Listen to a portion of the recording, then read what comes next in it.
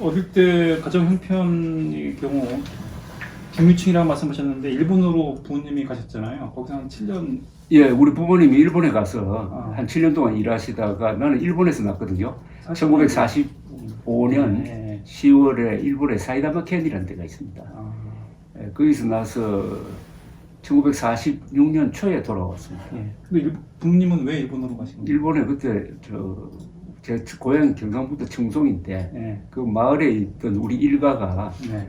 거기 가서 돈 벌려고 간 거지. 아, 거기서 주로 이 공사판에서 아, 무슨 일을 하시면서 일본 아마 큐슈에서 도쿄 근방까지 쭉 북상하셨던 것 같아요. 막노동을 또 하시면서. 막노동은 아니고 일가가 갔으니까 네. 아마 일가가 하청을 받아가지고 네. 일을 했던 것 같은데 우리 부모님이 어떤 일을 했는지는 정확하지 정확한 모르겠어요. 네. 그러면은 귀국하신 후에는 어떤 일을 하신 거예요, 부모님? 우리 아버지는 중농이죠, 말하자면. 내가 아, 경산청은 중농인데 네. 농사를 지으시다가 일찍 도시로 오셔가지고 부산으로 오셔가지고 부산에서 이 연탄 찍는 공장을 했어요. 아. 연탄. 그때는 연탄이 중요한 에너지원이지. 그러니까 6.25 직후니까 말이죠. 그럼 19공탄 알아요. 19공탄. 네. 요새도 19공탄 있잖아요. 네. 그럼 부잣집인데요, 그 정도면? 근데 중류층으로 내가 했는데 중류층이라고 하면 딱 맞을 거예요. 부자는 아니고. 연탄 공장도 소규모 하니까 그 뭐 한 서너 사람 하다가 나중에는 이게 연탄 찍는 게 기계화 됐다고. 그렇죠. 그 뒤부터는 더 이상 못했지. 그 직원은 한 30명씩 그렇죠. 두고. 전형적인 중상공인이네. 요사이로 말하면 자영업자다. 저도 지금 하고 있는 게 자영업자거든요. 그렇죠. 그 정도면은 뭐 생활하는데 큰 불편이 없을 것 같고 학비에 있어서도 큰 문제는 없었을 것 같고. 그렇죠. 배고플 정도는 아니고 네. 학교는 내가 원하는 대로 갈 수 있었고. 네. 그러니까 부산 중학교하고 부산 고등학교를 다녔고 그다음에 부산 수산대에 예. 들어가셨죠. 근데 부산 중학교, 부산 고등학교 때 학업 성적은 좀 어떠했습니까? 아마 그것도 중상쯤 됐던 것 같아. 중상. 예. 그렇죠. 근데 제가 시험을 잘 치거든요. 지금까지 시험 치면은 실력보다 시험을 잘 친다고. 그래서 수산대학교 들어갈 때는 수석 입학했어. 65년. 네. 벼락치기 공부를 해가지고. 그 육사를 응시했다가 시력이 나빠가지고. 아니 그건 육성 시간도 시력이 나빠서 나는 배 타는 게 소원이었는데 네. 선장. 예. 선장이 되고 싶었는데 시력이 안 되니까 선장 되려면 수산대학교에 의료과가 있다고요. 의료과가 돼야 근데 제가 선택한 과목이 제조학과인데 요 사이로 말하면 식품공학과로 가야 돼요. 근데 그 2년 다니다가 공군에 지원 있다 하는 바람에 근데 왜 육사를 지원했었던 거고 기사가 그 잘못된 거예요. 잘못된 거군요. 내가 군인들 좋아하니까 그렇게 나무 위키에 쓴 게 비교적 정확하더라고요. 그러니까 부산 수산대 있다가 공군을 가셨는데 왜 하필 또 공군을 가신 거예요? 그때는 공군이 길죠. 아니 그때 그렇지 6개월 내가 6개월 3년 그때는 공부기간 3년인데 근무하던 중에 68년 1.2.1 사태가 일어났어요. 청와대 습격 사건이 일어나니까 공부기간이 연장이 됐습니다. 그래서 제가 3년 4개월 했습니다. 그러니까 내 인생 이게 설계가 바뀌어 버렸어. 딱 제대하면 바로 복학을 하려고 그랬는데 4개월이 늦어져 버렸단 말이에요. 뭐 기다리는 게 귀찮아가지고 그때 언론사에서 학력을 따지지 않고 기자시험 칠 수 있는 데가 몇 군데 있었어요. 그 중에 하나가 부산에 있는 국제신보였습니다. 그래서 나는 그때는 고졸이니까 대학 중퇴니까 거기 입사시험 쳐서 1971년 2월 1일부터 출근하게 됐죠. 제가 지금까지 2월 1일부터 지금까지 마감 시간이 항상 있는 생활을 하고 있습니다. 데드라인이 항상 있는. 네, 그러네. 근데 뭐 저기 국제신문도 뭐 수석으로 입학했다고. 그게 뭐 의미가 없죠. 그때 뭐야. 음. 그뭐 4명. 근데 뭐 언론에 관심이 있었던 거는 군대 있을 때 적성을 발견했. 나는 글 쓰는 게 좋아 옛날부터. 저 학교 다닐 때부터. 뭐 중고등학교 시절 때부터. 책을 읽고 네. 책을 읽다가 보니까 나는 옛날 어릴 때부터 역사 소설을 많이 읽었거든. 네. 역사 소설. 그러니까 국민학교 때부터. 네. 그리고 신문을 많이 읽었어요. 그래서 나는 누구한테 한자 공부하기 전에 저절로 알았어 한자. 네. 그때 신문을 보면은 무슨 조사 빼고는 거의 다 한자 아닙니까? 그걸 자꾸 보니까 저절로 알게 되더라고. 네. 그러니까 책을 많이 읽고 하다 보니까 자연스럽게 글 쓰는 게 좋더라고요. 그래서 글을 쓰는 직업이면은 좋겠다는 생각을 가지고 있었는데 마침 시험 쳐가지고 합격 되니까 그 길로 바꿨죠. 근데 뭐 영어하고 이러도 뭐 야구 중계를 맞아요. 그래서 스스로 선택하셨다고. 네. 야구하고 좀 인연이 많은데 네. 요새도 내가 지금 메이저리그 포스트 시즌 매일 보고 있는데 네. 그 야구에 대해서 그러니까 전폭적으로 관심을 가진 게 4년으로 봐야 되겠습니다. 64년부터. 네. 나는 그때부터 메이저리그에 관심이 많더라고. 또 일본 야구에도 관심이 많고.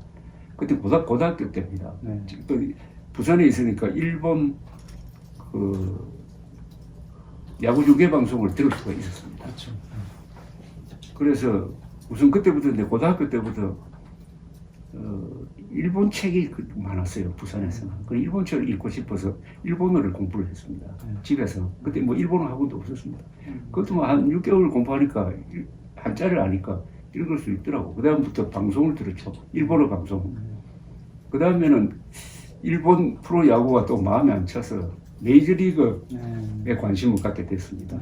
그래서 뭐 AF 그때는 미군 방송이 있었다고. 미군 방송이 중계 방송하고 또 단파 방송이 있었어요. 단파로 미국 메이저리그를 중계를 하더라고. 단파 방송. 그래서 내가 단파 라디오를 만들어 가지고 단파 중계 방송을 들었어요. 직접 만들어줘가지고. 예. 그 리시브 이렇게 끼고 그렇게 하니까 계속 들으니까 이게 귀에 들어와. 영어도 그렇고 일본어도 그렇고. 그러다가 내가 공군에 가서 미군하고 같이 근무를 했다. 레이더 사이트에서. 예.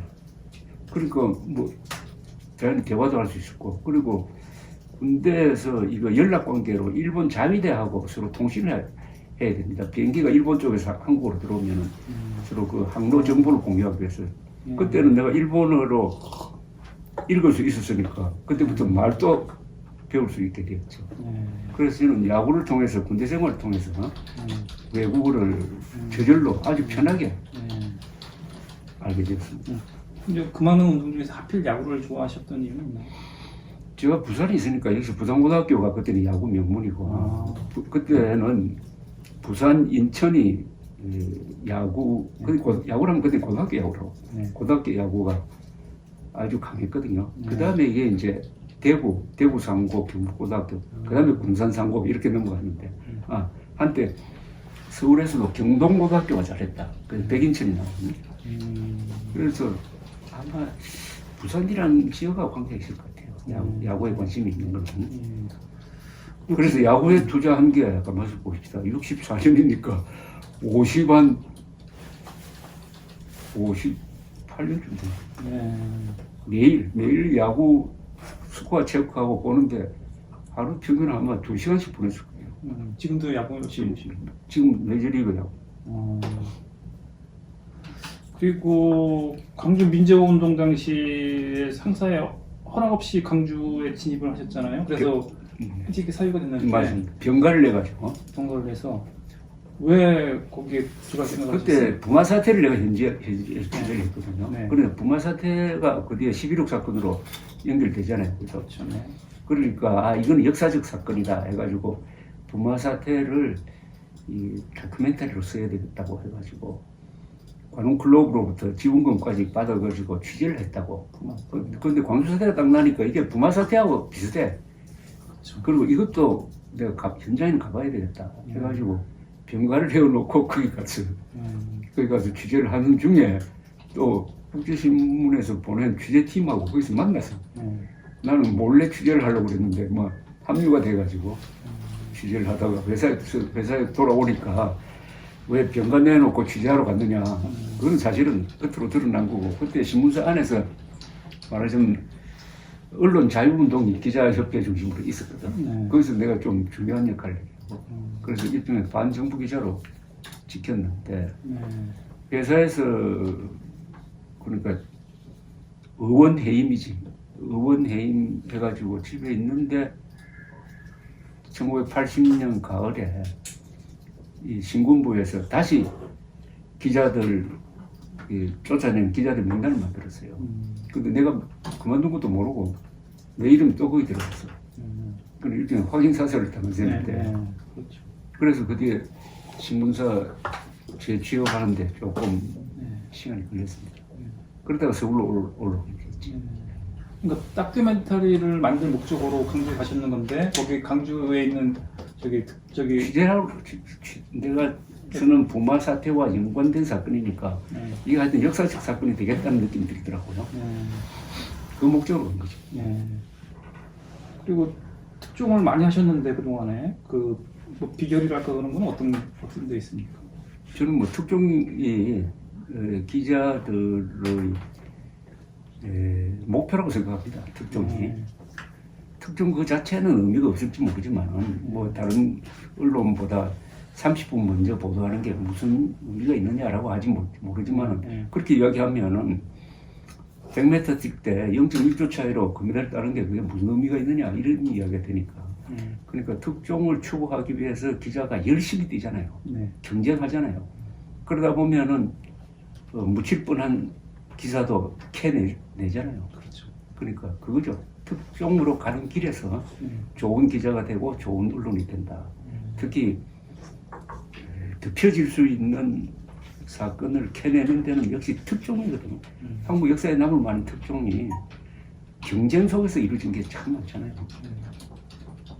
근데 특종을 하겠다는 의지가 있어도 안 되는 기자들이 많은데 선생님은 어떤 자질 때문에 어떤 습관이나 그런 것 때문에 특종을 많이 할 수 있다고 저는 뭐 이런 이야기를 합니다. 루틴 체크를 잘해야 된다. 기자는 루틴 체크가 몇 개 있지 않습니까?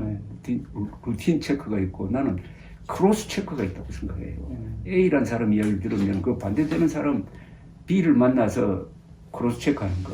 그다음 하나가 더 중요하다고 생각하는데 팔로우 체크.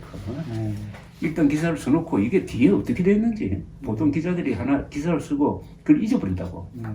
나는 기사를 쓰고 도대체 그 뒤에 어떻게 이게 진행이 되는지를 꼭 팔로우 체크를 해요. 근데 대한항공 폭파 사건, 대한항공 폭파 사건이 아니고 칼 비격 사건, 1983년 9월 1일에 있었던 칼 007이 러시아 요격기에 의해서 미사일을 맞고 격추돼가지고 살린 상공에서 269명이 죽었거든. 나는 이게 도대체 내가 공군에 있어서 비행기 항로를 이거 잘 알거든. 어떻게 항로를 600km나 이탈할 수 있느냐. 그걸 계속 취재를 했습니다. 취재를 하니까 그 과정에서 그 취재하는데 월간조선에 주로 글을 썼습니다만 취재하는 과정에서 관련 기사를 상당히 많이 썼는데 결국 그 나중에는 내가 편집장 되고 나서 미사일을 쏜 조종사, 러시아 조종사를 다른 기자를 시켜서 인터뷰를 하라고 해서 그 조종사의 증언으로 내가 한 7, 8년 동안 추적했던 게 이제 완성이 되는데 어쨌든 어떤 사건을 추적하다가 보면 그것도 또 특종이 나온다. 그렇죠. 팔로우 체크, 크로스 체크, 루틴 체크. 그리고 취미는 독서하고 야구하고 또 다른 게 또 취미는 제가 스포츠는 야구, 동네 야구도 좀 하고 그 다음에 권투에 대해서 관심이 많습니다. 권투. 왜나요? 왜냐면 우리 세대가 무하메드 알리 세대라고. 그렇죠. 예. 예. 무하메드 알리하고 나이도 좀 비슷할 거야. 뭐 서너 살 높지만 예. 무하메드 알리 나오는 경기는 다 보고 그때는 네. 무하메드 알리가 나오는 경기는 예. 흑백 텔레비로 중계를 하면은 다방 있잖아요. 네. 다방에 사람들이 꽉 모여가지고 소극장이 돼가지고 그걸 보고 있는데 네. 모하메드 알리가 좋았고 그리고 이 권투는 사실은 예술이거든. 뭐 다른 경기가 다 예술인데 또 내가 신문사에 들어가서 스포츠 부분도 약간 내가 맡았던 적이 있는데 그때 모하메드 알리하고 프레이즈라는 선수가 있었습니다. 네. 두 사람이 격돌하는 세기의 시합이 71년 초에 있었는데 그러면서 저 헤비웨이트 챔피언이라는 미국에서 나온 책이 있어요. 네. 역대 헤비급 챔피언 10전인데 그걸 내가 번역해가지고 신문에 연재를 했습니다. 그래서 권투도 관심을 있다가 모하메드 알리가 퇴장하고 80년대 초에 네. 타이슨이 나왔다가 깜짝하고 그 뒤는 관심 없어요. 그리고 술은 맥주 한 잔 정도 마시는, 술은 거의 안 하시는. 예. 체질이 안 맞아요. 체질이 안 맞고. 왜냐하면 몽고 사람들이 네. 세계에서 술이 제일 약하거든요. 네. 3분의 1은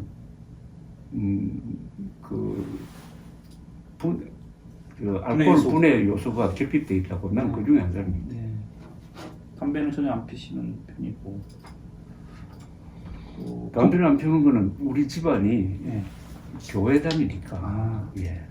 고신파 교회, 교회 중에서도 제일 고수적인 고신파 교회를 다니니까 우리 집안에는 담배 피우는 사람이 없어요. 우리 아버지도 안 피우고 아무도 안 피우고. 그럼 건강 관리는 뭐 특별히 걷는 거를 많이 하신다고 그러는데. 기자가 걷는 직업 아닙니까? 그렇죠. 네. 그러니까 많이 돌아다니니까 의식을 해서 운동을 하는 건 없습니다. 아, 그냥 취재를 하다 보니까 그렇게 된다는 저절로 말씀이죠. 뭐 일부러 뭐 시간을 내서 뭐 그것만 위한 그건 한 적이 없어요.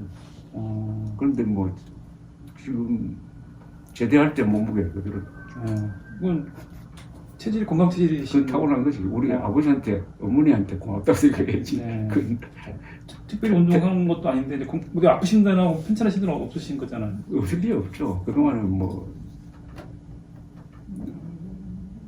군대에 있을 때 훈련 받다가 늑막염 걸려. 폐렴 걸려가지고 죽을 뻔했고 그다음에는 다 극복할 수 있는 거. 뭐 가벼운 목 디스크라든지 가벼운 척추 협착증이라든지 그런 건 간단하게 끝났고 현재는 뭐 괜찮은 편이에요. 공군했을 때도 늑막염 폐렴은 굉장히 심각한 수준이었나요? 훈련 받다가 40일 동안 내가 훈련소에 훈련병 하다가 그다음 병원에 가서 공군 의료원에서 일하다가 다행히 수술은 안 했는데 그 늑막이라는 게 무리하게 하면 이게 재발하니까 문제에서 무리 안 할 수가 있습니까? 그런데 다행히 내가 배치된 데가 1219m 되는 고지에 있는 레이더 사이트였다고. 그게 어디에 고지? 저기 1월산이라고. 아, 1월산. 네. 아.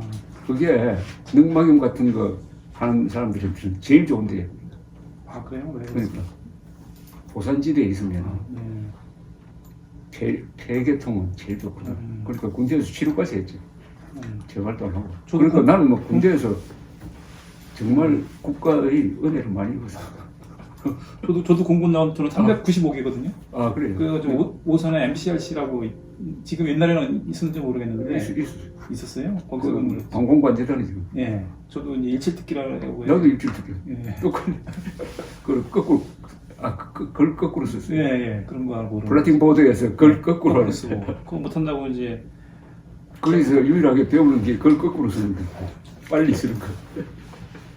재밌네. 그럼 야, 그거 만나기 힘든데요. 예, 309 제가 영어 잘했다는 거지. 시험 칠 때.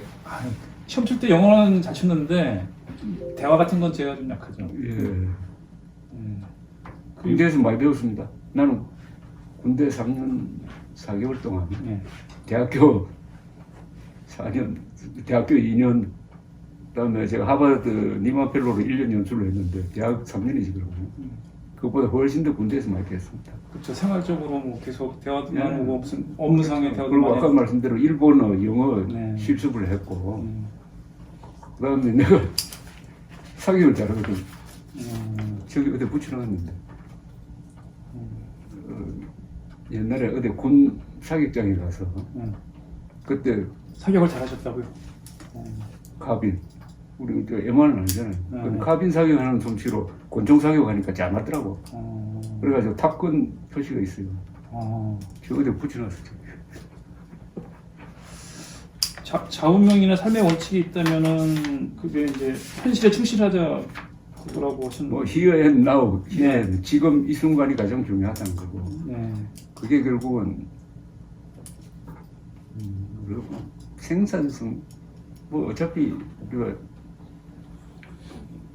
요새 8, 90 4년대 4년 사는 시간은 누구한테나 공평한데 그 기간 중에 얼마나 많이 만들어내느냐 하는 게 생산성이 제일 중요하다고 봅니다. 얼마나 많이 일을 하고 얼마나 많이 남기고 얼마나 많이 싸우고 얼마나 많이 사랑하고 하는 이런 일의 양이 중요하다고 생각합니다.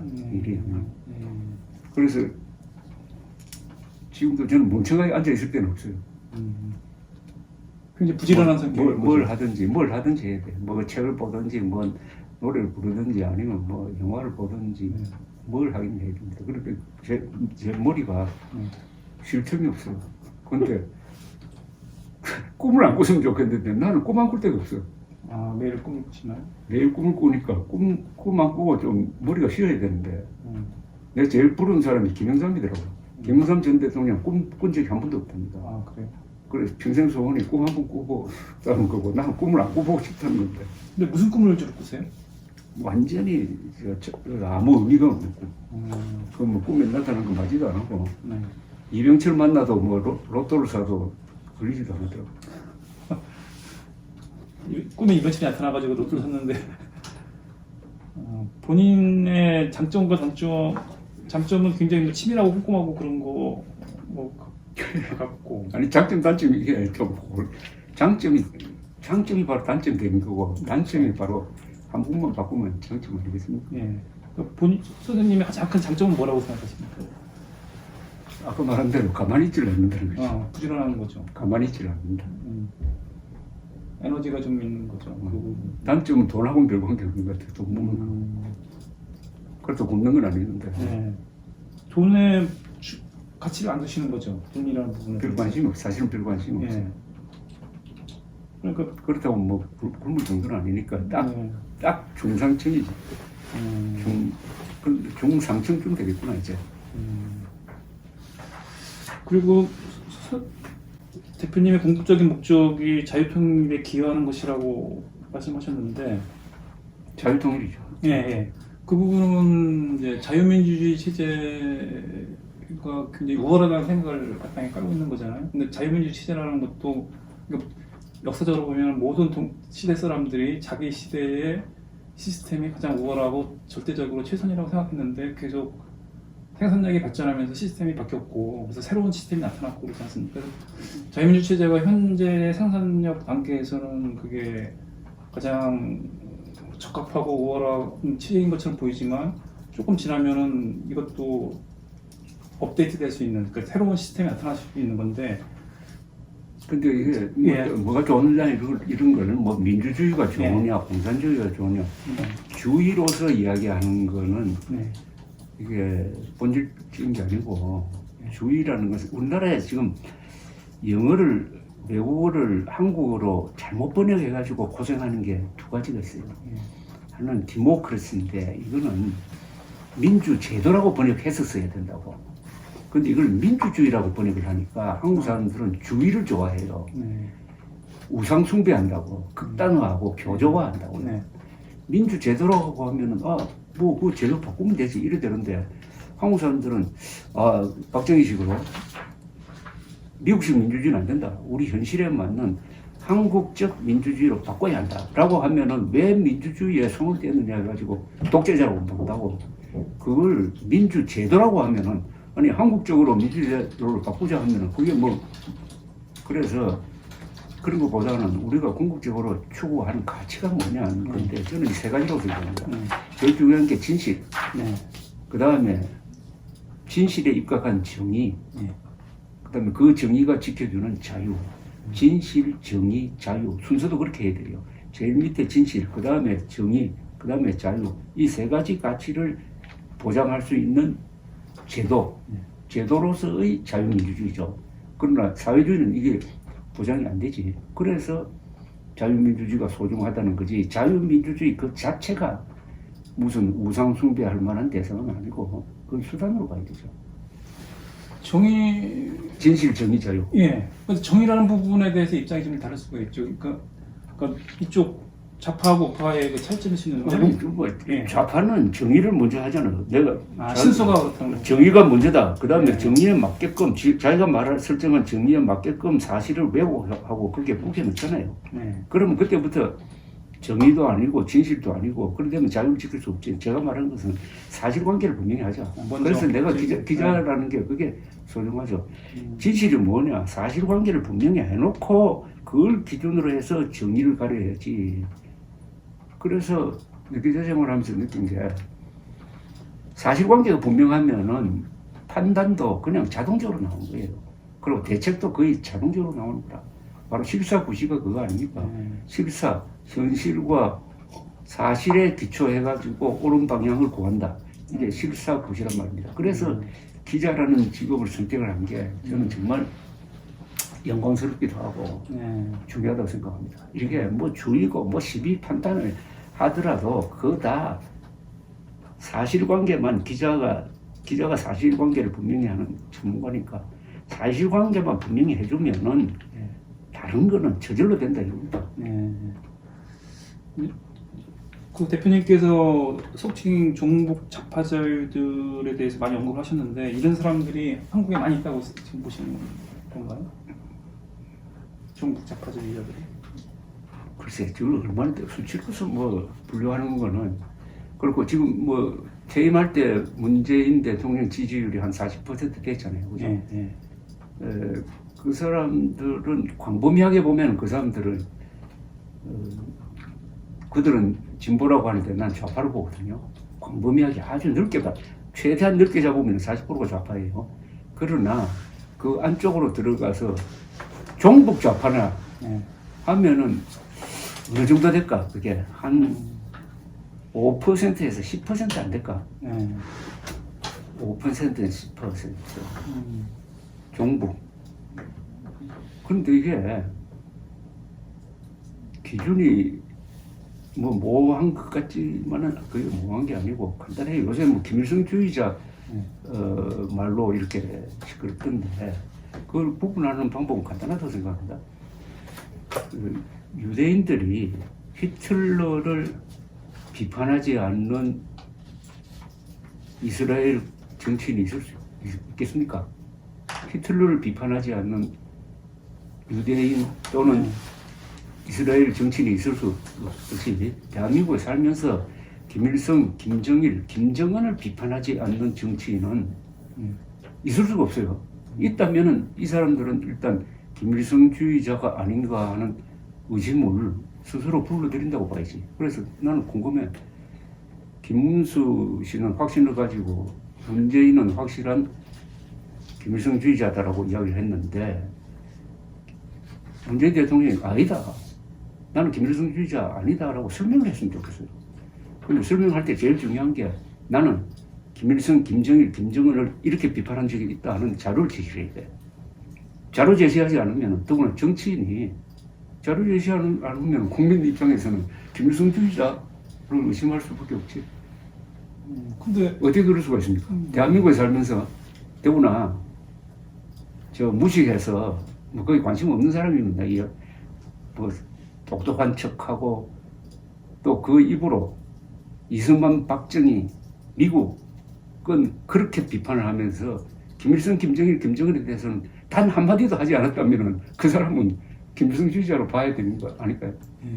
근데 일단 김문수 씨의 논리는 문재인 대통령이 가장 존경하는 사람으로 신용복을 꼽았는데 신영복 사상을 존경했다는 게 아니고 그 사람의 생각 방식 아니면 그 사람이 생각하는 밑바닥에 깔린 철학 그런 것들을 그게 이제 그런 걸 좋아했다고 해서 김성주의자라고 낙인을 찍은 거잖아요. 그 연설에서 네. 내가 가장 존경하는 사상가 신용복 이랬거든요. 그럼 신용복은 여러 가지 얼굴이 있습니다. 글도 잘 쓰고 에세이도 썼잖아요. 네. 그게 아니고 사상가. 그럼 신용복의 사상은 그것은 김일성주의일 수밖에 없잖아요. 그 이외에 무슨 사상이 있습니까? 그것 때문에 그 사상에 저희가 신용을 바쳐가지고 20년 동안 징역을 살고 나왔어도 자기 생각을 안 바꿨다고 하면은 그 사상을 존경한다면 김일성주의로 의심할 수밖에 없고 그거는 의심하는 여러 가지 중에 하나고 2018년 9월 19일 평양 5.1 경기장에서 남쪽 대통령이라고 했습니다. 자신을 남쪽 대통령이라고 했어요. 남쪽 대통령 문재인이 국무위원장 김정은 국무위원장의 소개로 여러분들 앞에서 인사를 드리게 되었습니다. 이거 헌법 위반 아닙니까? 남쪽 대통령이 아니잖아요.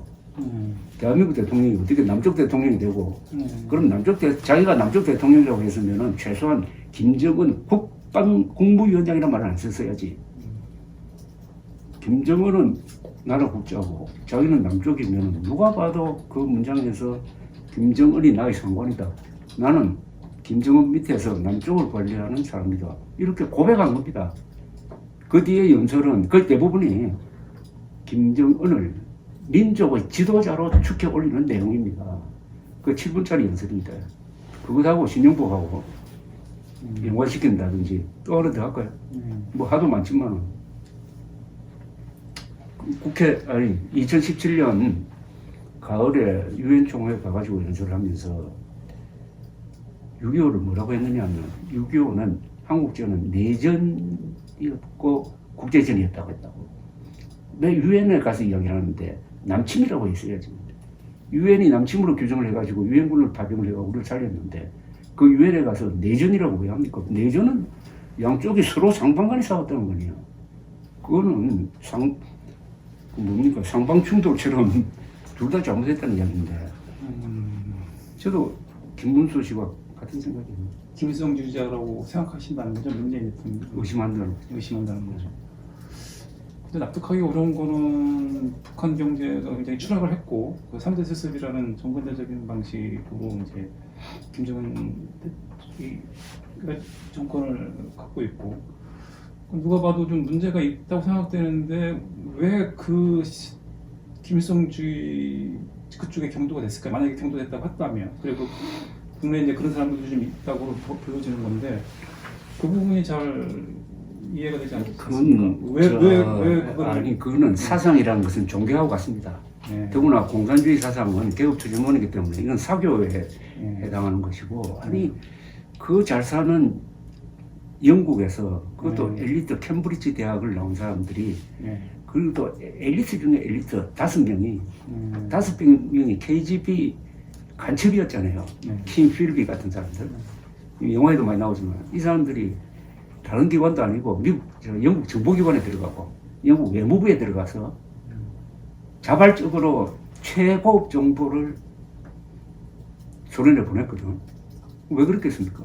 그런 일이 한국에서 지금 벌어지고 있는 거예요. 제일 비슷한 일이 그거예요. 또 하나 할까요?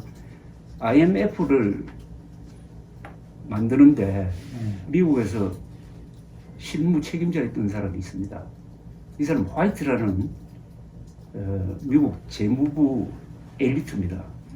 이 사람이 자발적인 소련 간첩이었습니다. 또 하나 유엔을 만드는 데 실무 역할을 했던 사람이 이 사람이 또 소련 간첩이었어요.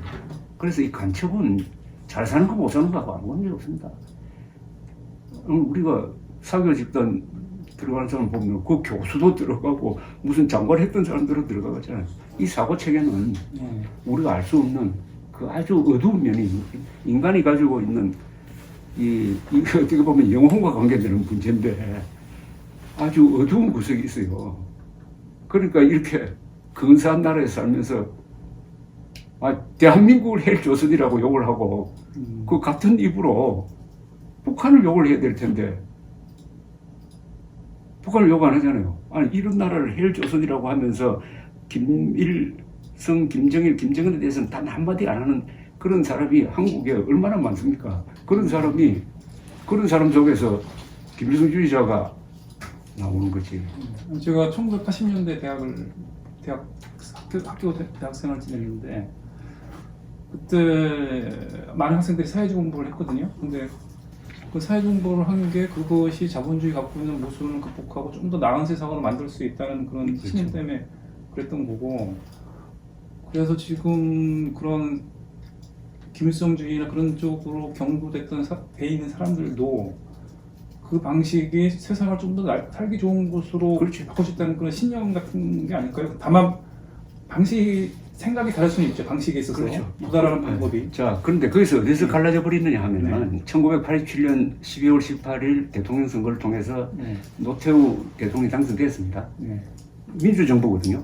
노태우 대통령을 정통성이 있는 대한민국 정부로 인정하면은 그 사람은 말하자면 대한민국의 체제 안에서 활동할 수 있는 좌파라고. 근데 그걸 인정하지 않고 국민이 뽑은 노태우를 계속 타도 대상으로 삼았다면은 그건 반역적 사회주의로 봐야 되니까 87년에 딱 갈립니다. 87년부터 정통성이 있는 정부가 수립되었는데도 불구하고 그걸 타도하는 운동을 했다면은 그거는 반역적이든지 아니면 종북이든지. 그래서 국가보안법 위반 혐의, 전력 이런 걸 국회의원들이 보면 난 그 연도를 봐요. 92년에도 국가보안법 위반을 했다? 이러면은 이거는 민주화 운동으로 인정할 수가 없죠. 92년 국가보안법이라는 게 반국가 행동을 했다는 말이거든. 국가보안법 위반이. 근데 보통 이제 우리 학교 다닐 때 고민했던 부분들은 부르주아 민주주의와 이제 사회 민주주의 두 가지로 나눠지는데, 그럼 부르주아 민주주의는 사회 민주주의로 가기 위한 하나의 단계로 설정을 하고, 부르주아 민주주의가 목표가 아니었던 거죠. 사회 민주주의가 목표였다 보니까 노태우 정부는 이제 부르주아 민주주의가 어느 정도 달성됐다는 단계였지만 그것은 어차피 가도기로 설정했던 거여서 이거를 굳이 그 사람들이 인정할 필요는 아니 그런 세상을 보는 그런 시각 자체가 마르크스 레닌주의에서 나온 거 아닙니까? 그렇죠. 개국 투쟁론에서 나온 거 아닙니까? 네. 그게 틀렸잖아요. 네. 또 틀린다는 걸 동북 공산권이 무너진 게 1989년에서 91년 사이인데 그때 보여줬잖아요. 네. 우리가 생생하게 봤지 않습니까? 네. 그러면 고쳐야지 생각을. 그러면 대표님께서는 국내의 경우에 종북이 아니라 하더라도 그러한 막스 레닌주의도 인정할 수 없다는 그런 생각을 아니 마르크스 레닌주의 종북이 아닌 막스 레닌 그건 있을 수 있어요. 네. 마르크스 레닌주의가 거의 말하면 PD 그쪽 계통 아닙니까? 그렇죠. PD 계통과 NL 계통이 나눠져 버려야 되는데 PD 계통은 이제 어떻게 보면 조국이 약간 PD 계통 같아요. 네. 그런데 나중에 보니까 그게 별로 안 바뀌더라고. 근데 PD 계통이 결국 운동권 싸움에서 NL로 흡수되든지 전향해버렸단 말입니다. 그런데 어차피 그걸로 가는 수밖에 없어요. 왜냐하면 그런 사고방식, 마르크스 레닌주의적인 개혁투쟁론이라든지 유물사관이라든지 이런 거 갖고 있으면은 어차피 반대한민국 쪽으로 가고, 반대한민국 쪽으로 가면은 어차피 북한 쪽으로 끌려갈 수밖에 없죠. 그러니까 이게 우리나라가 지금 남북 대결이 아니고 프랑스나 이러면은 숨쉴 여지가 있는데 이 남북 관계가 떼버리니까 사회 민주주의가 우리나라에서는 정말 어렵더라고. 좀 안 됐습니다. 사회 민주주의가 살아 있어야 되는데. 근데 사회 민주주의를 추구하려고 하는 사람들이 다 소수로 돼버리더라고. 그럴 수밖에 없다고 생각해요. 왜냐면 김일성 세력과 대한민국 세력의 대결이니까 거기에 대한민국의 비판적 입장을 취하면서 이렇게 되는 순간부터 막 저쪽으로 끌려가는 거라. 그런데 스탈린이 제일 미워했던 게 자유민주주의자가 아니었어요. 사회민주주의자를 제일 미워했어요. 스탈린. 네, 스탈린이 사회민주주의자. 왜? 그건 자기 편을 붕괴시킨다는 걸 알았지. 사회민주주의. 그러니까 우리나라에 서양의 지금 좌파, 서양의 좌파가 많지. 서양의 좌파와 한국의 좌파, 2차 세계대전 이후에 가장 큰 차이는 서양의 좌파는 공산당과 싸워서 자기의 좌파 입지를 세우거든요. 자유민주주의자인데. 그러니까 폭력혁명을 벌이잖아요. 근데 한국의 좌파라는 사람들은 공산당과 싸우진 안 하고 대한민국과 싸워가지고 자기 입지를 구축하려다가 보니까 결국 정복화가 돼버린 거예요. 그러니까 이게 남북 간에 제가 요거는 꼭 말씀드리고 싶은데 제가 보는 남북 관계의 본질은 뭐냐면은 이겁니다. 남북 관계의 본질은 민족사의 정통성과 삶의 양식을 놓고 다투는 타협이 절대로 불가능한 총체적 권력투쟁이다. 저는 이렇게 봅니다. 민족사의 정통성, 이게 오히려 더 중요할지 모릅니다. 이건 역사전쟁인데 삶의 양식, 이 두 가지 싸움을 같이 하거든요. 이념 전쟁만 한 게 아니잖아요. 남북 간에 민족사의 정통성이 북쪽이냐 남쪽이냐. 근데 이념 전쟁에서는 뭐 우리가 이겼죠. 그러나 역사 전쟁에서는 어떻게 보면 우리가 지고 있지. 아니, 김일성주의자가 김일성주의자로 의심받는 사람이 그것도 다른 사람이 의심하는 게 아니라 저 같은 사람이 의심하는 게 아니라 좌익 운동권에서 가장 핵심적인 위치에 있었던 김문수라는 사람이 김일성주의자라고 하는 사람이 한국의 대통령이 되었다. 5년 동안 통치했다. 세계에서 이런 일이 일어날 수가 있습니까? 일종의 사망유인데. 근데 북한의 경우에 여러 가지 시스템적으로 문제가 많고 살기가 어려워졌는데도 체제가 유지되고 있잖아요. 계속. 그건 왜 그럴까요? 공포죠. 공포요. 그러니까 황교안 선생이 그렇게 이야기를 합니다. 자기가 소련에서 유학 생활을 했는데 아마 스탈린 시대일 거야. 유학 생활. 북한에 또 소련 가니까 천국 가는 것 같더라고요. 그러니까 북한의 저 압제는 인간이 만들어낸 최악입니다. 히틀러, 무솔리니, 스탈린 저리 가랍니다. 그러니까 어떤 이 사람이 싸우려면 희망이 있어야 되거든요. 내가 싸워서 이길 승산이 한 1%라는 거 있어야 되는데 그게 제로면은 희망이 안 생기지. 그 다음에 두 번째가 철저한 공포고 두 번째가 가난이죠. 가난하면 들고 일어날 수 없죠. 조선조가 뭐 500년 이상 계속됐다고 자랑하는데 왜 그렇게 계속됐습니까? 가난하니까 그렇지. 근데 북한의 경우는 지금 미국의 봉쇄에 의해 가지고 경제가 어려운 거고 미국하고 수교가 이루어지면 금방 한국을 따라잡을 수 있다는 경제적으로 그런 얘기를 하고 있는데 그 가능한 얘기일까요? 절대로 불가능하죠. 그게 박정희가 있습니까? 박정희가 있어야 따라잡을 수 있지.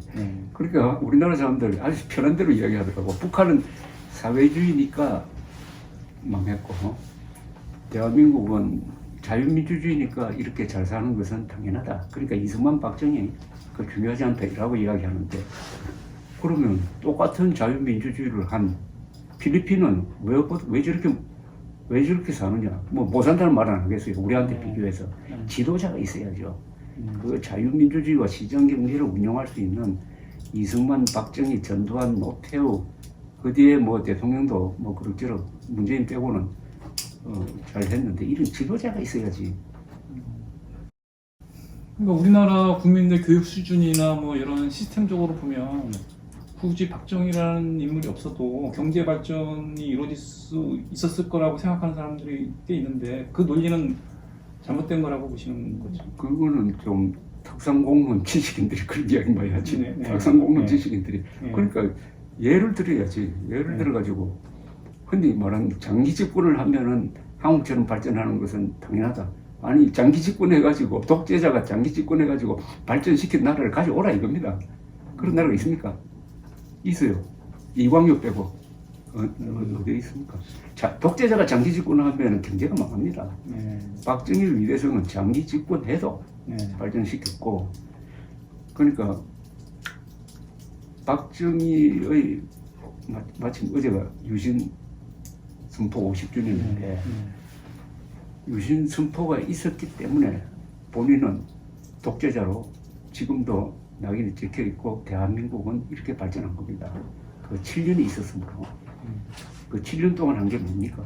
중화공업 건설, 그 다음에 중동 진출을 해가지고 거기서 석유를 살 수 있는 돈을 벌고, 그 다음에 의료보험 77년 7월 1일부터 의료보험하고 세계 최고의 의료체제를 만들고, 그 다음에 새마을운동, 농촌, 그 다음에 또 하나가 있습니다. 이거 아무것도 이야기 안 하더라고.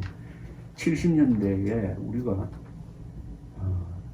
댐을 10개를 만들었어요. 10개.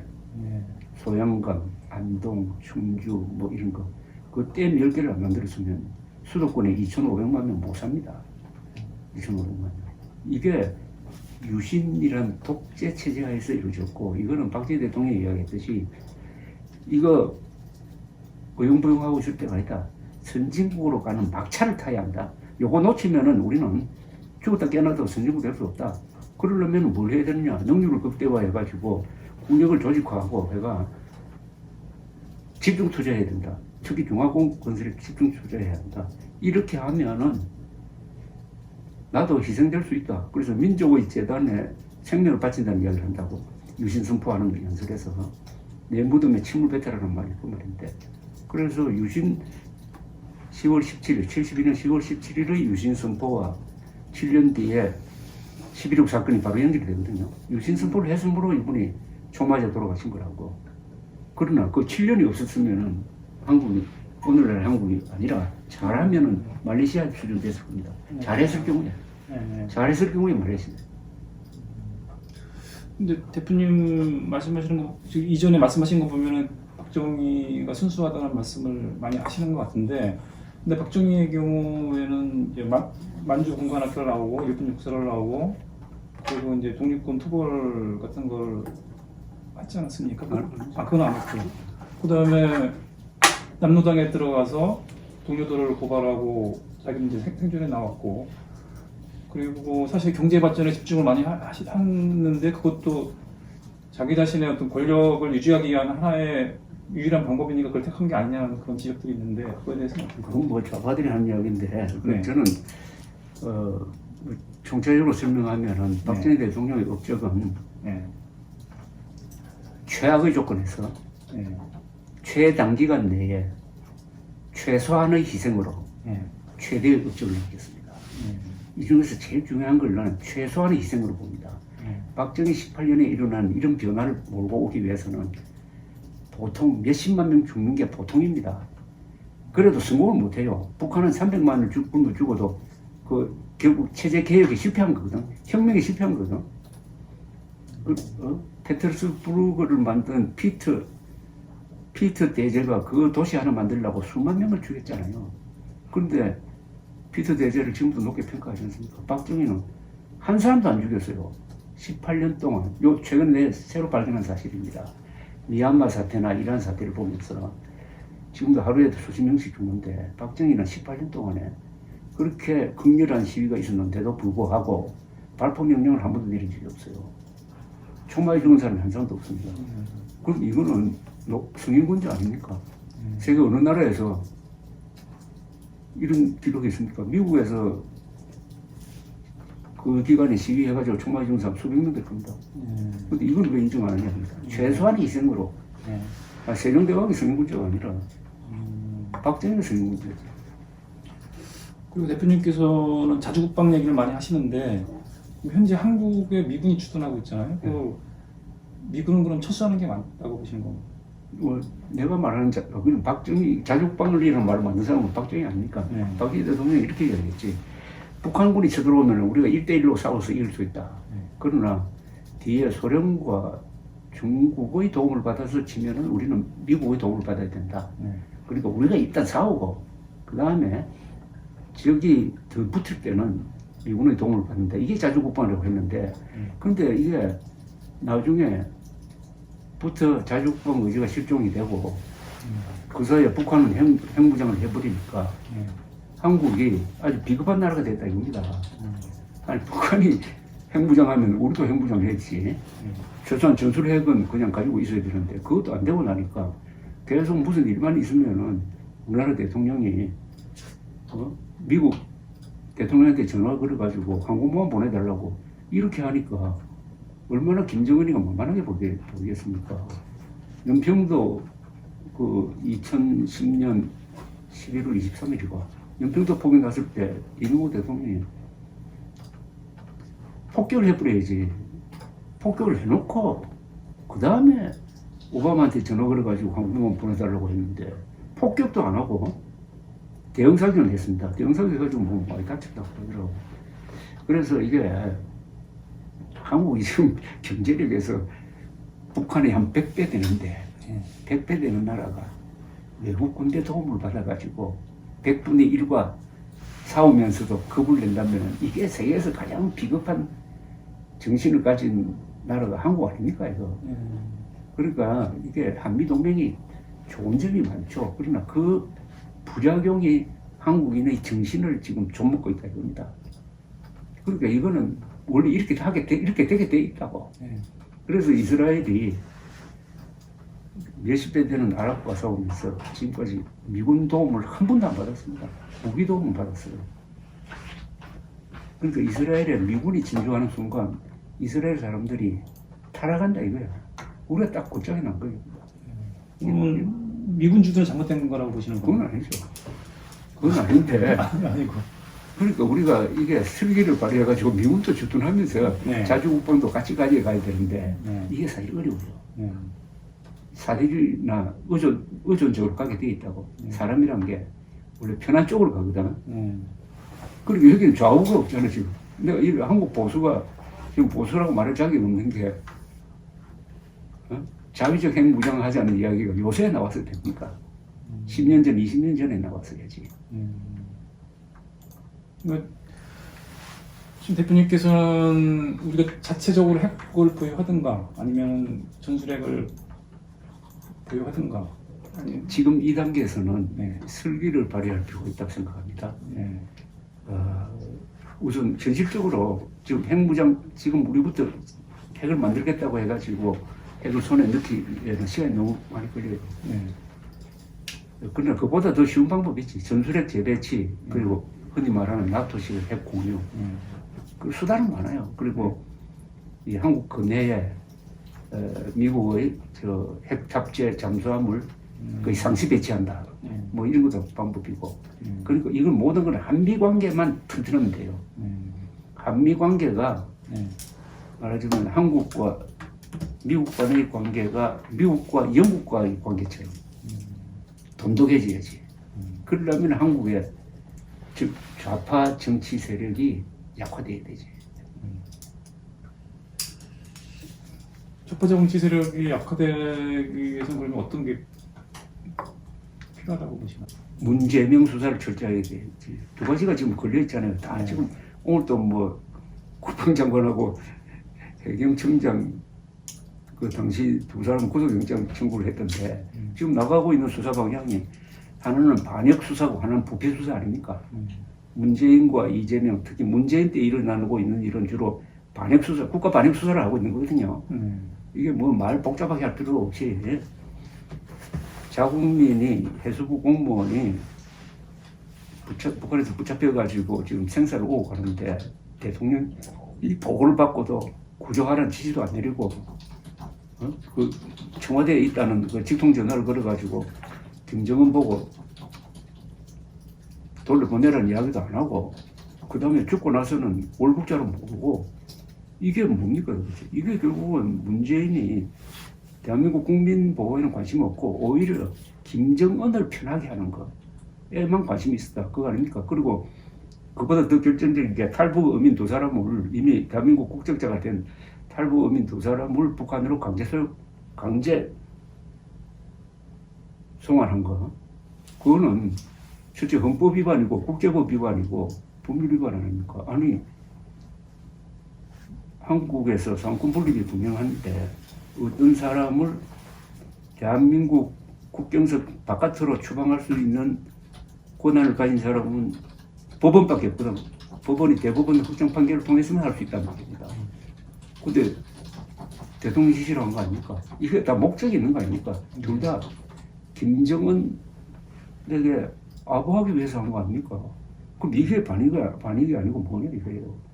그 밑에 지금 부하들이 지금 그 명령 따랐다가 불법한 명령을 따랐다가 지금 감옥에 갈 판인데 이 수사를 제대로 해야 되고 그다음에 9.19 군사 합의가 이게 도대체 이거 항복 문서 아닙니까?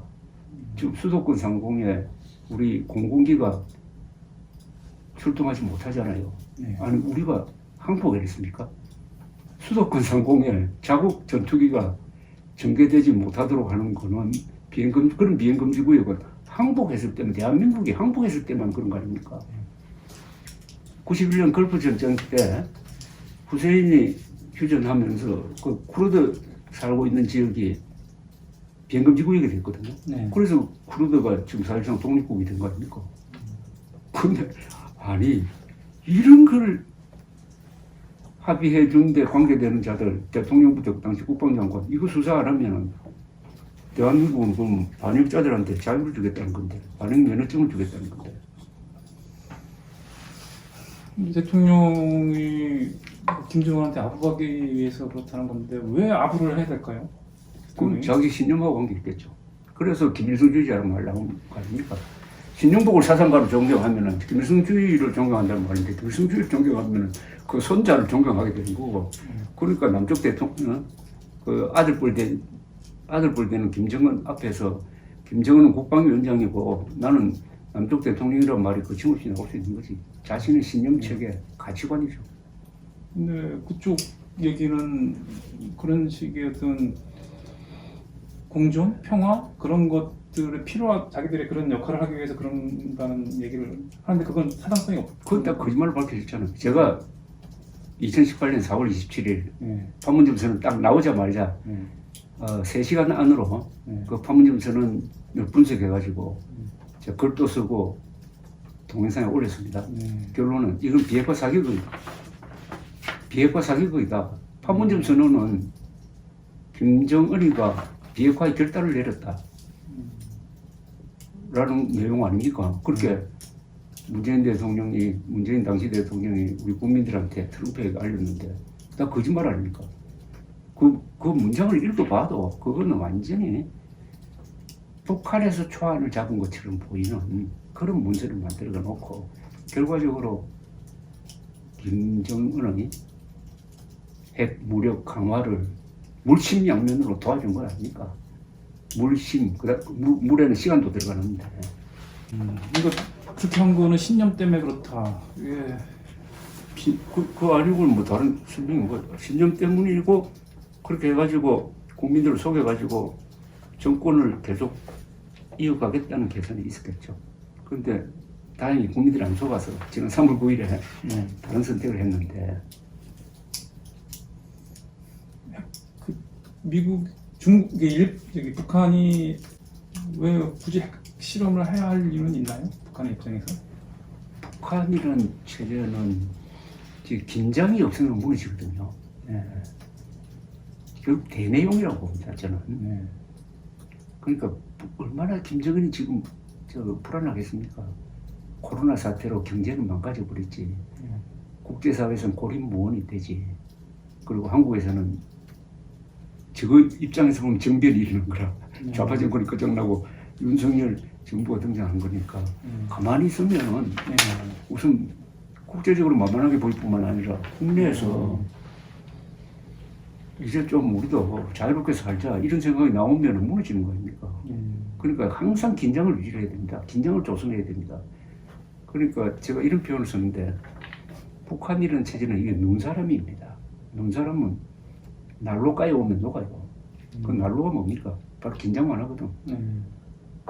윤석열 정부에 조언을 한다면은 말씀하신 게 정치에 실패하면 모든 게 끝이라고 하셨는데 구체적으로 이게 무슨 뜻입니까?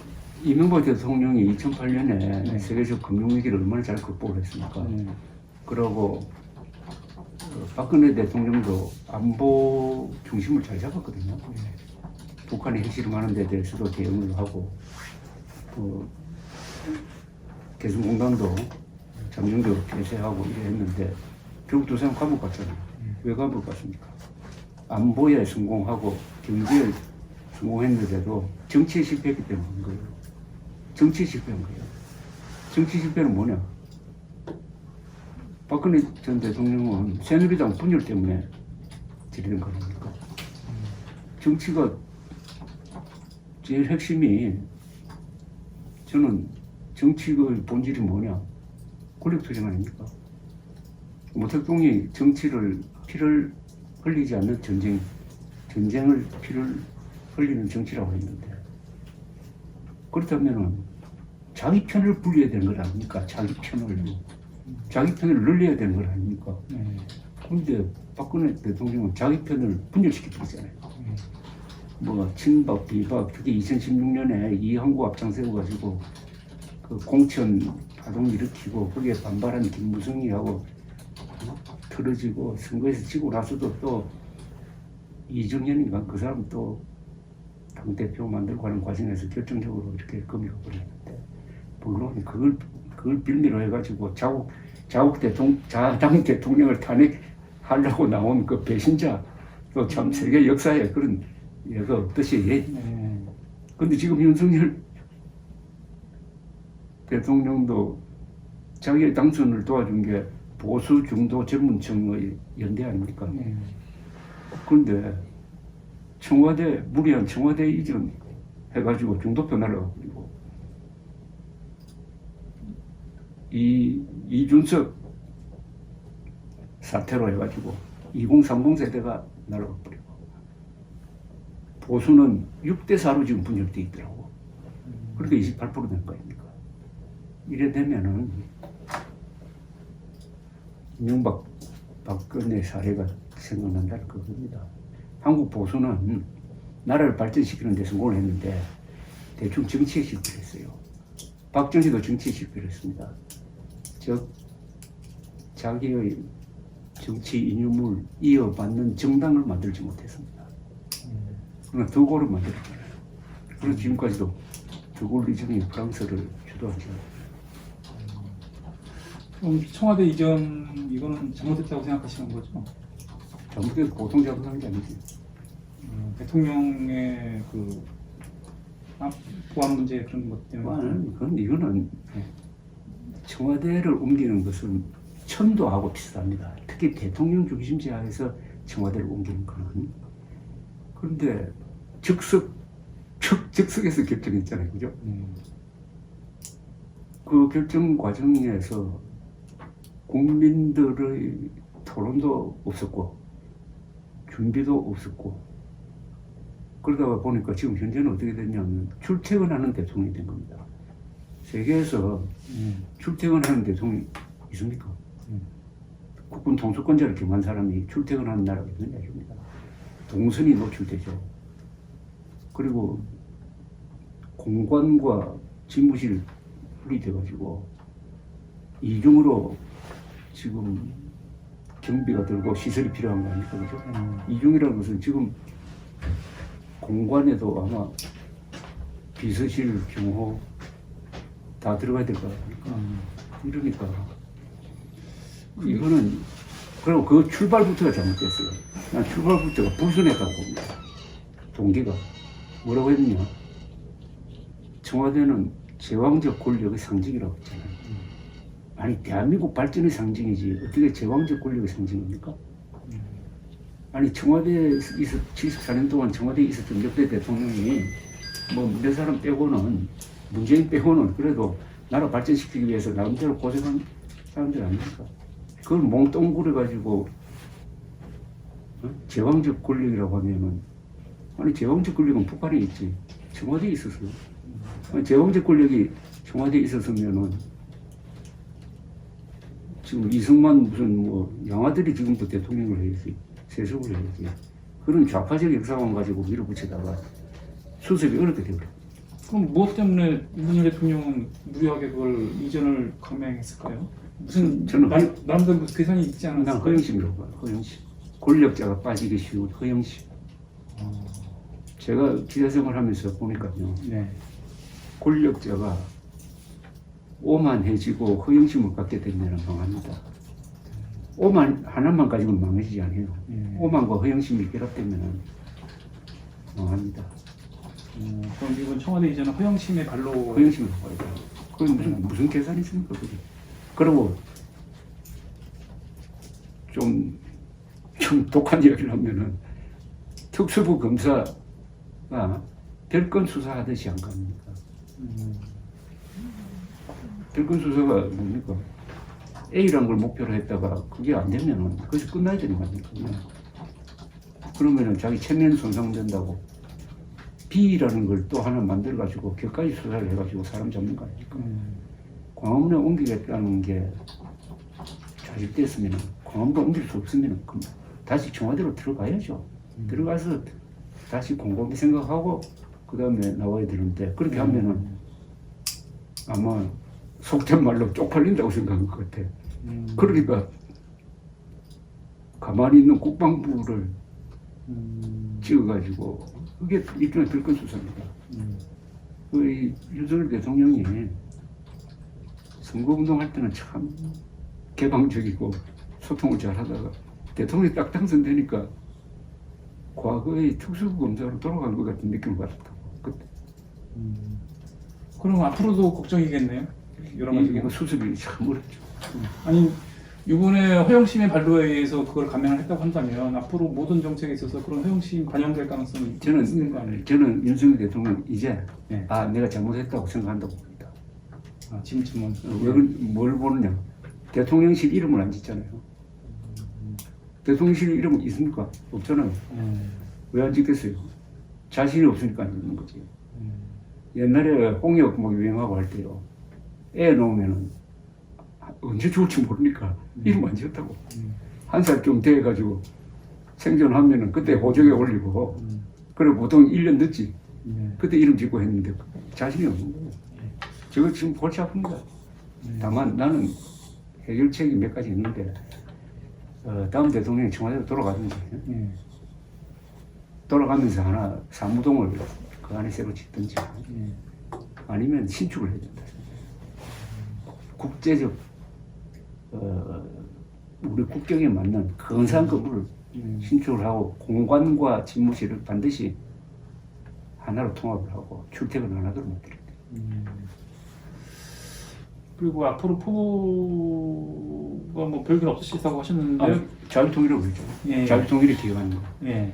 그러니까 자유통일이라는 게 뭐 별 거 있습니까? 그 2,500만 북한 주민을 노예 해방하는 거 아닙니까? 근데 과거에 신당 창당을 하겠다는 의사도 피력을 하셨던 걸로 알고 있는데 그 꿈은 사실인가요? 신당 창당은 없어요. 과거에 그런 적은 있었나요? 없어요. 없어요? 그건 뭐 누가 했습니까? 뭐 근데 그런 기사들이 많이 이런 걸 말했지. 신당 이념 정당이 필요하다. 예. 난 주장을 많이 했지. 예. 그건 내가 하겠다는 게 아니고 예. 나는 뭐 정치인으로서의 자질이 없잖아요. 예. 그리고 뭐 저는 이런 생각을 하고 있습니다. 일본이 보면은 판사, 검사, 언론인이 정치를 안 합니다. 예. 우리도 그런 전통이 필요하다고 봐요. 물론 미국은 다르지. 미국은 검사, 판사가 정치인을 많이 하고 우리나라는 동양은 동양 나름대로 정치 문화를 만들어야 되는데 검사, 판사, 기자는 말하자면 심판관 아닙니까? 심판관이 플레이어가 돼가지고 정치를 하기 시작하면은 검사, 판사, 기자가 속한 언론계, 사법부도 이게 흔들려버리고 정치도 아주 못하게 되버린다. 일본이 그런 점에서는 상당히 난 현명하다는 생각이 들 것 같고 있습니다. 그리고 좀 자녀들은 지금 다 나이가 많이 드셨고 따님 딸 두 분 있고 외손녀 하나, 둘이 외손자 하나. 예. 근데 가족들은 대표님의 그런 생각이나 사상 그런 거에 대해서 동의를 하시는 편인가요? 그런 데서는 갈등이 없어요, 우리 집에. 똑같아요? 그 쉽지가 않은데. 물론 자연스럽게 아니 쉽지 않은 게 아니라 상식적으로 판단하면은 뭐. 예. 마지막으로 뭐 독자들한테 하고 싶은 이야기나 그런 게 있다면 뭐가 있을까요? 저는 뭐 가만 보니까 저 77, 아니, 이제 77대. 네. 해방동이니까, 그죠? 네. 77대인데. 이게 셰익스피어가 말했듯이 인생이란 게 결국 연극이라 생각합니다. 연극. 연극을 잘해야지. 그런데 연극을 잘하려면은 셰익스피어의 말은 인간이 7개의 역을 갖고 있답니다. 젖먹이, 공부 안 하는 철부지 학생, 그 다음에 뜨겁게 사랑하는 연인, 용감한 군인, 그리고 근엄한 심판관, 그리고 노인, 마지막에 다시 어린애로 돌아간다는 얘기인데, 저는 아직도 근엄한 심판관 역할을 하고 있거든. 근데 나이에 맞지 않게. 그래서 그때 나이에 맞는 역할을 최선을 다해서 하되 연극을 즐겨야 된다고 생각해요. 김동길 선생이 이번에 돌아가셨는데 그분이 그런 글을 남겼더라고. 자기는 무대 체질이라서 그동안 연극을 해왔는데 마지막에 보니까 실패한 연기자였다. 그래서 마지막 무대가 내려오기를 기다리고 있다. 그러면서 내가 죽으면은 그 시신 다 기증하고 장례식 하지 마라.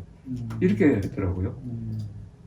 그게 그분이 인생의 그 7개 역을 아주 성공적으로 한 분이 마지막에 하는 이야기가 아니냐. 그러니까 뭐 우리 목사, 우리 목사님이 그런 비유를 하더라고. 자기는 그 쓰레기 더미에 뿌려진 낡은 의자를 보면은 굉장히 감동을 받는다고 해요. 의자가 낡았지만은 반들반들하게 돼가지고 그 소임을 당하고 마지막에 버려지는 사람이 다 마지막에 그렇게 된 게 아닙니까? 한 가지만 더 여쭤보면은 김일성주의자들이 문재인 대통령 김일성주의자는 의심된다고 말씀하셨는데 그런 사람들이 우리나라의 언론계, 법조계, 뭐 정부, 국회 이런 데 많이 들어와 있다고 생각을 하시나요? 많이라고는 안 봐요. 많이는 소수겠죠. 소수인데. 예. 그런데 김일성주의자의 개념을 어떻게 잡느냐는 건데 김일성주의와 똑같은 생각, 그러니까 김일성을 신으로 받들고 하는 사람도 김일성주의자지만 우리가 가지고 있는 현실적인 위험성을 감안할 때 그 김일성주의자를 편드는 사람 또 김일성주의자로 저는 분류해야 된다고 봅니다. 그러니까 방관의 죄를 범하는 거거든요. 방관의 죄 아닙니까? 이거는 대한민국은 중립이 허용 안 되잖아요. 그러니까 김일성 편이냐 대한민국 편이냐지 그 중간에 줄타기 할 수 있는 이런 것은 관념으로서는 허용이 되지만은 양심의 자유라든지 그러나 현실 정치 아닙니까? 지금 김일성주의를 따지는 게 뭐 머리에 가지고 있는 걸 가지고 따지는 게 아니고 행동하는 거. 행동하는 걸 보니까 김일성주의 즉 김정은의 유리한 행동만 하고 이게 뭐냐 이거 아닙니까? 내가 딱 지금부터 한번 10가지를 한번 외워볼까요? 문재인 대통령을 김일성주의자로 의심할 수밖에 없는 거. 행동만. 자, 제일 중요한 게 대한민국 생일을 지었잖아요. 1948년 8월 15일 정부 수립. 그날이 건국기념일인데 건국기념일로 기리지 않고 정부 수립이란 말도 거의 안 했고 해방만 이야기해가지고 이런 대한민국이 있는데 생일이 없잖아요. 북한은 생일이 있잖아요. 북한은 그러면 한반도에서 생일이 있는 체제는 북한 조선민주주의인민공화국밖에 없고 대한민국 생일이 없다. 이걸 그러면은 우연하게 했겠어요? 고의로 한 거지. 2019년 상해 임시정부 수립 100주년을 건국 100주년으로 기리겠다고 선언했다고. 안 했잖아요. 왜 안 했겠어요? 그 다음부터는 줄입니다. 북한이 하지 말라고 그랬겠지. 아니 우리보다 건국을 먼저 하면 되나 말이야. 이렇겠지. 그걸 안 했잖아요.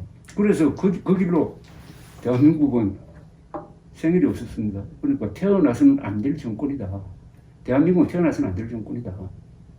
임시건물이다. 한반도에서 정통성이 있는 국가는 북한 농당 정권, 조선민주주의 인민공화국이다 하는 확실히 있다고 보이죠. 그게 가장 중요하죠. 그래서 제가 대한민국 정통성을 놓고 다투는 타협이 절대로 불가능한 총체적 권력 투쟁이라고 했을 때 북한은 반국가 단체다. 우리는 정통성 있는 국가다. 여기서 양보하는 사람은 그것은 김일성주의자지. 이 부분에서 양보하는 사람. 그런데 문재인 대통령의 모든 정책은 거기서 출발해가지고 심지어 2021년 4.3 사건 추모사에서 그때 아마 국방장관과 경찰청장을 데리고 왔을 겁니다. 그래서 이야기할 때 뭐라고 했습니까?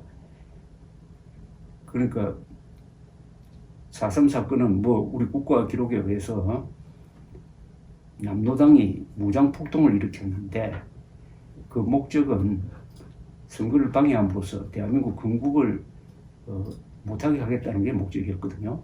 무장 폭동을 한 건 아닙니까? 그렇다고 진압 과정에서 양민들이 많이 희생됐지.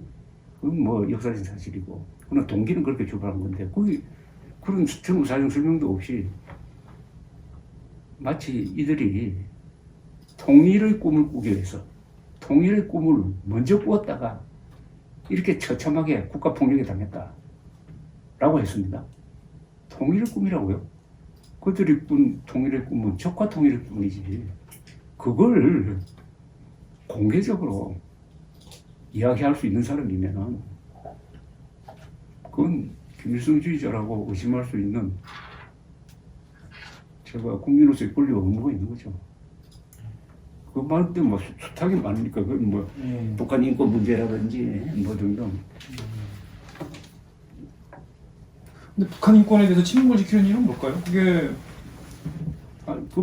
아니 김일성주의적 생각을 갖고 있다면 그건 너무나 당연하죠. 북한 인권 문제가 김정은으로서는 가장 아픈 것 아닙니까? 북한 인권 문제가 제대로 제기되면 정권이 무너지거든. 그러니까 주민들이 인권 의식을 갖는 순간 북한은 무너지는 거 아닙니까? 제일 나쁘지. 그 다음에 확성기 방송. 우리가 북한이 핵실험하면 우리 제일 좋은 게 휴전선에 확성기 틀어야 됩니다. 확성기 틀면은 몇십만의 군인들이 그걸 매일 들을 거 아닙니까? 그건 못 견디지. 우리가 갖고 있는 수단이 있죠. 그래서 자유통일로 지향할 때 우리의 목표는 앞으로 대북 정책은 김정은에 맞출 게 아니라 북한 주민에게 맞춰야죠. 북한 주민들이 각성할 수 있도록 풍선도 보내고 전파도 보내고 필요하면 식량도 보내고 북한 주민들이 들고 일어날 수 있도록 자유를 갈망할 수 있도록 하는 것입니다. 오랜 시간 동안 응해주셔서 감사합니다. 네, 고맙습니다. 1시간 20분.